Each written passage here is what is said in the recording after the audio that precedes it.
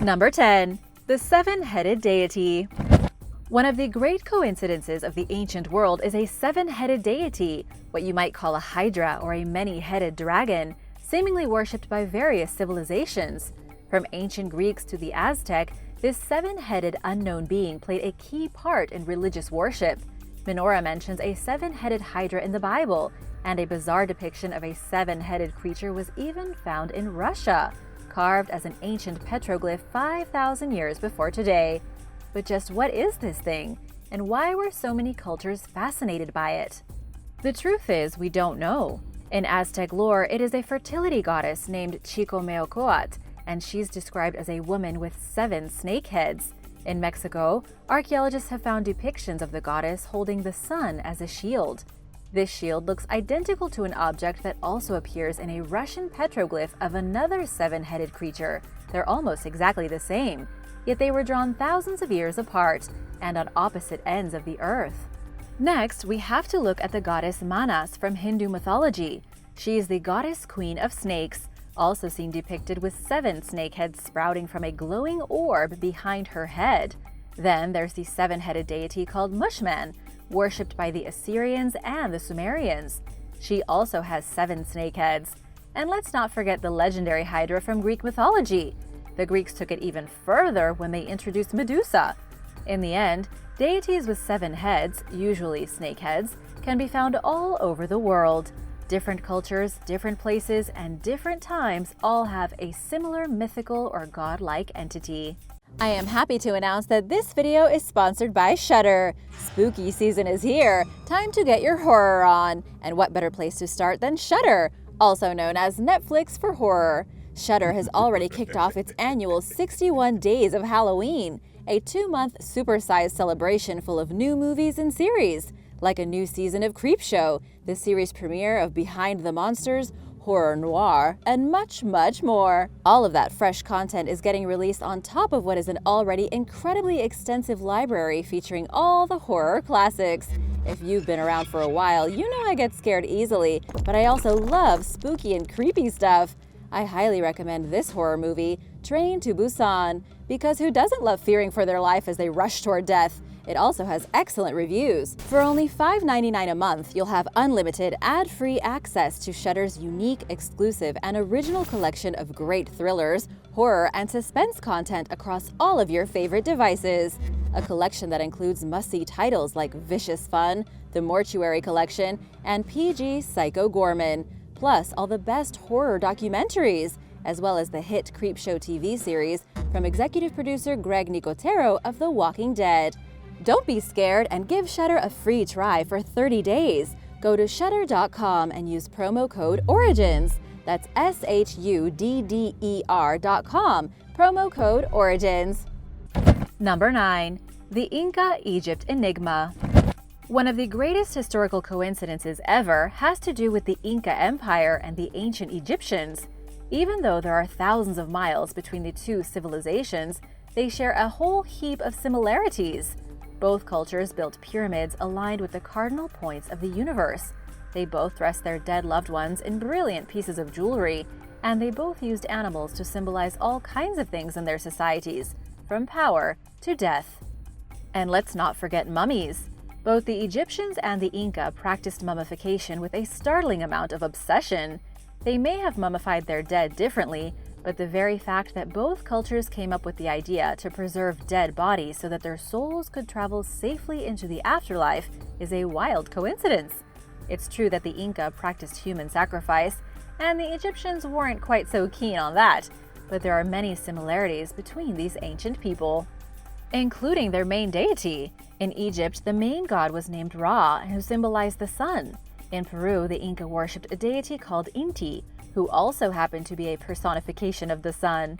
In fact, worshipping gods who were representations of the sun is a key factor of many ancient religions.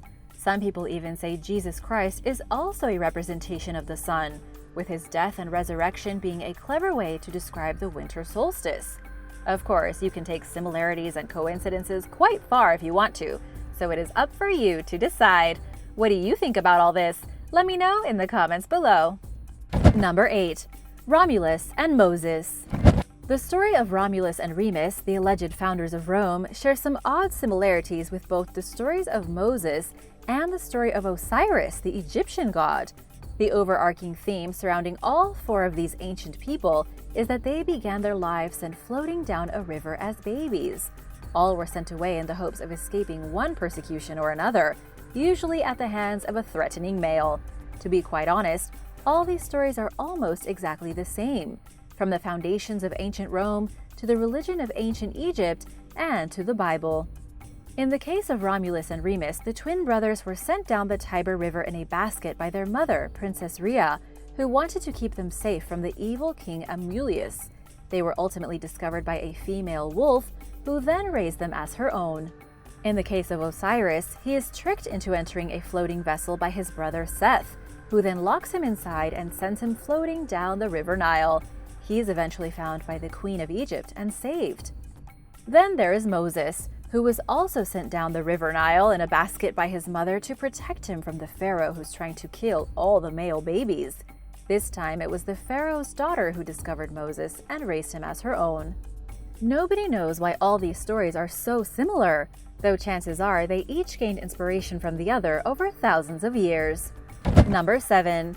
The Lady of Elche. The Lady of Elche is a mysterious artifact discovered back in 1897 on a private Spanish estate.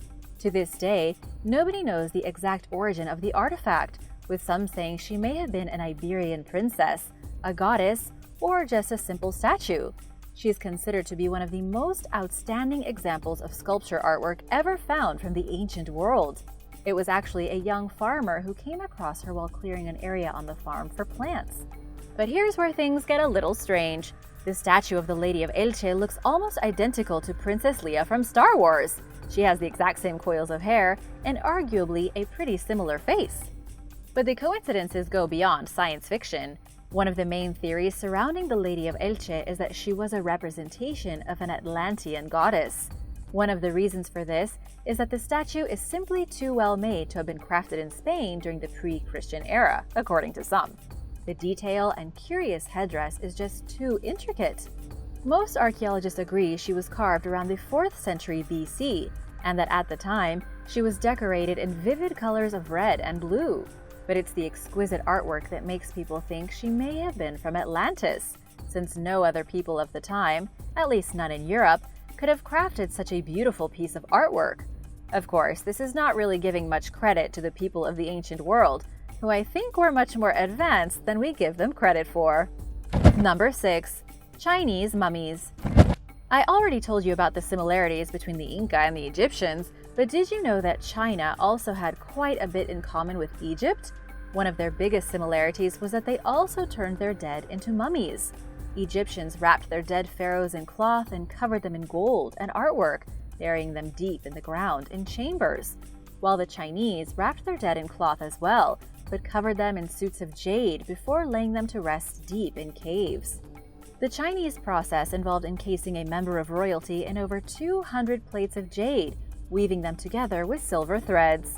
But Egypt and China have far more in common than just how they prepared their dead. Both cultures kept dogs as pets, they both cherished luxury items and had a fascination with oils and perfumes, and they both had cults to the dead. While the complex rituals and funerary customs weren't exactly the same, both cultures had a disturbing fascination with death and what came after, and invented rituals to make sense of the underworld.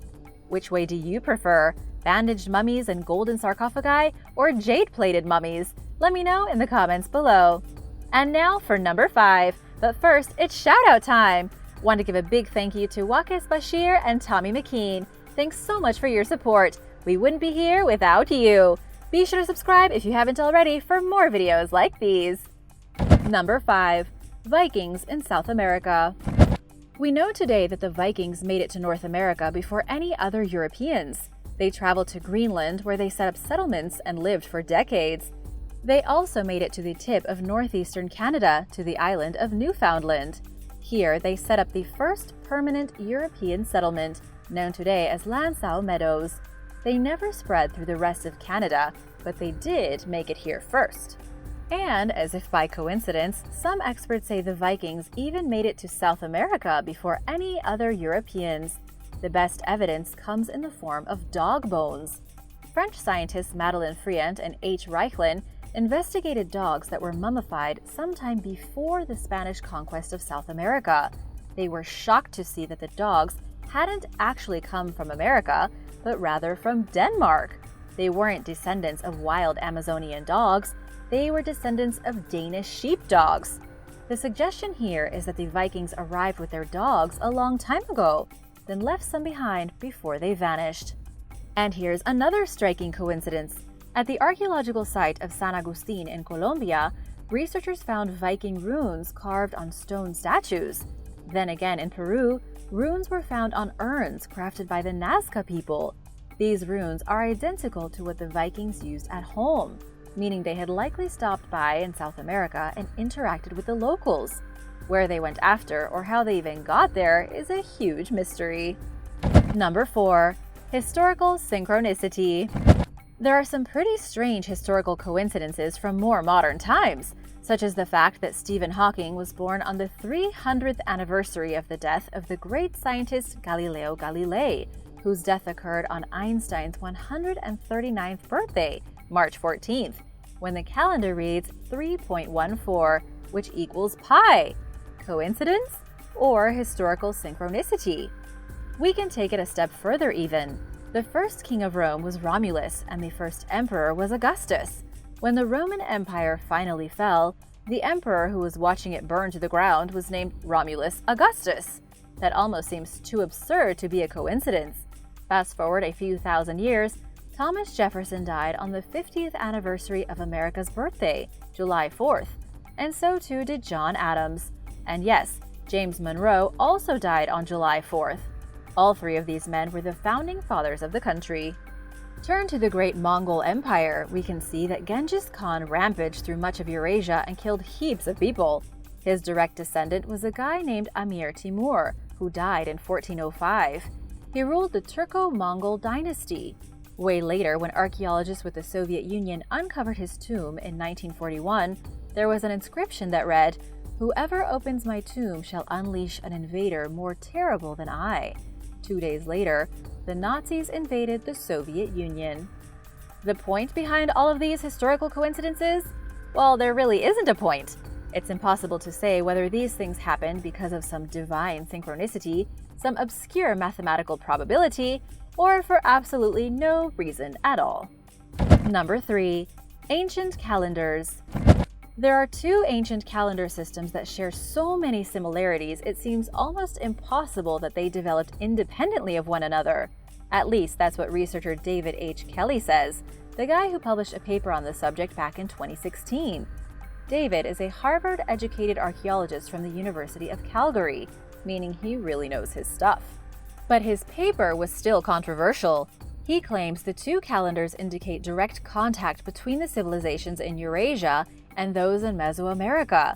This is about 1,000 years ago, and obviously it would turn everything we've been taught by mainstream archaeologists on its head. David believes it may have been the pre-Columbian societies that actually made it to Asia, since they did have quite a lust for exploring. It could be that they traveled all the way to Asia, where they stole the idea for the calendar from the Chinese, and then went back home and made their own. The similarities between the two calendars are many. For instance, the days are associated with elements like water and fire, along with animals. They even correspond frequently between the two systems. Days associated with the deer, dog, and monkey are exactly the same in the Mayan and Chinese calendars. Even more shocking is that the same day associated with the jaguar in the Mayan calendar is associated with the tiger in the Chinese calendar. And the same goes for the Maya representing one day with the crocodile and the Chinese representing the same day with the dragon. Coincidence? What do you think? Number 2. The Great Henges. Nobody knows why ancient people built stone henges all over the world. Wherever ancient civilizations rose up, henges of huge rock boulders were constructed. Stonehenge just so happens to be the most famous, located in rural England. But the truth is that similar stone henges can be found all the way from the frigid mountains to hot deserts. We have the Carnac stones in Brittany, France, a grouping of over 3,000 stones that have been around since 4500 BC.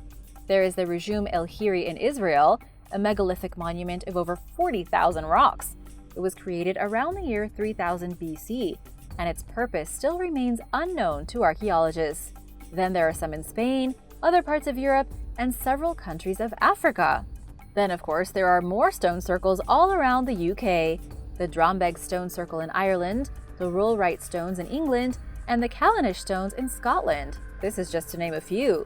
The similarities between the different stone structures are uncanny, and yet nobody can come to a conclusion as to why our ancient ancestors all seem to have gotten the same idea to build the same thing at the same time.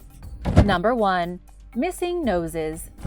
Anyone who's ever taken a trip to Egypt has probably wondered what the deal is with all the statues missing their noses. Is it a coincidence that so many great monuments lost their nose? It is and it isn't. If you take a good hard look at the Sphinx, you'll notice it too has its nose broken off. Statues at the Brooklyn Museum have missing noses, and in just about every Egyptian temple that still stands, there are statues with no noses. So what's the deal? The ancient Egyptians had a firm belief that when they built a sculpture to personify someone, that someone's soul could occupy the sculpture. When there was trouble in Egyptian society, usually having to do with a specific ruler, this ruler would sometimes break the noses off the statues of his rival or his rival's ancestors as a way to show strength. The destruction of the nose was almost always politically or religiously motivated.